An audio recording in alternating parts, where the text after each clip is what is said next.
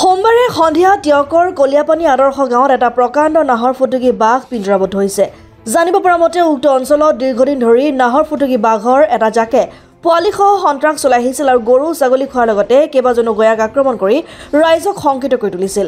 সেই আতংকৰ প্ৰতি সঁহাৰি জনাই টিয়ক আঞ্চলিক ছাত্ৰ সন্থাই গাঁওবাসীৰ সহযোগত বন বিভাগ তথা টিয়ক আৰক্ষীৰ সহযোগত উক্ত অঞ্চলত সোমবাৰে সন্ধিয়া পিঞ্জৰা স্থাপন কৰিছিল আৰু এটা দিন পাৰ নহওঁতেই সন্ধিয়া এটা প্ৰকাণ্ড নাহৰ ফুটুকী পিঞ্জৰাবদ্ধ হৈছে।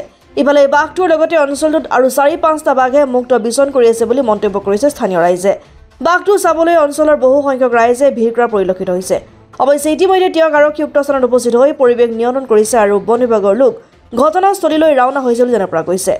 কলিয়াপানী আদৰ্শ গাঁৱলৈ সোমাই অহা পথত সঘনাই আমি বাঘ দেখি আহিছিলোঁ আৰু আজি কিছুদিনৰ আগতে এজন ব্যক্তিক দোকানৰ পৰা ঘৰলৈ আহি থকা অৱস্থাত বাঘে আক্ৰমণ কৰিছিল আৰু আমি ৰাইজে তেতিয়া সিদ্ধান্ত লৈছিলোঁ যে এটা পিঞ্জৰা আনিম আৰু তাৰ দায়িত্ব আমি লৈছিলোঁ আৰু লৈ পেলাই আমি এখন DFক টিয়ক আঞ্চলিক ছাত্ৰ সন্থাৰ ফালৰ পৰা এখন আবেদন কৰিছিলোঁ আমি যে আমাক ইয়াত এটা পিঞ্জৰা লাগে আৰু সেইমতে আমাক কালি যোগাযোগ কৰি পেলাই আমাৰ লগত এটা পিঞ্জৰা আমাক বন বিভাগে যোগাৰ কৰি দিলে আৰু কালি আমি পাতিছিলোঁ গধূলি আৰু আজি গধূলি প্ৰায় এতিয়া 6 মান বজাত আমি ছাগলীটো ভৰাইছিলোঁ আৰু প্ৰায় আধা ঘণ্টাৰ ভিতৰতে বাঘটো পিঞ্জৰাবদ্ধ হৈছে আৰু এতিয়া আমি আৰক্ষীকো খবৰ দিছোঁ আৰু বন বিভাগকো খবৰ দিছোঁ। আৰক্ষী লোকসকল আহি ইতিমধ্যে পাইছেহি আৰু বন বিভাগৰ লোকসকল এতিয়ালৈকে পোৱাহি নাই আৰু আমাক যোগাযোগ কৰিছে যে আমি বুলি কৈছে সোনকালে।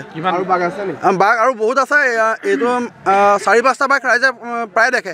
কালি 3টা বাঘে একেলগে খেদি আহিছিলে 2জন ব্যক্তিক আৰু 2টা পোৱালি আছে। পোৱালি 2টা প্ৰায় দেখে মানুহে আৰু এতিয়া মানে যিদিনাখনিৰ পৰা এজন দোকানীক আক্ৰমণ কৰিছে সেইদিনাখনিৰ পৰা বাঘে মানুহলৈ খেদা লৈছে।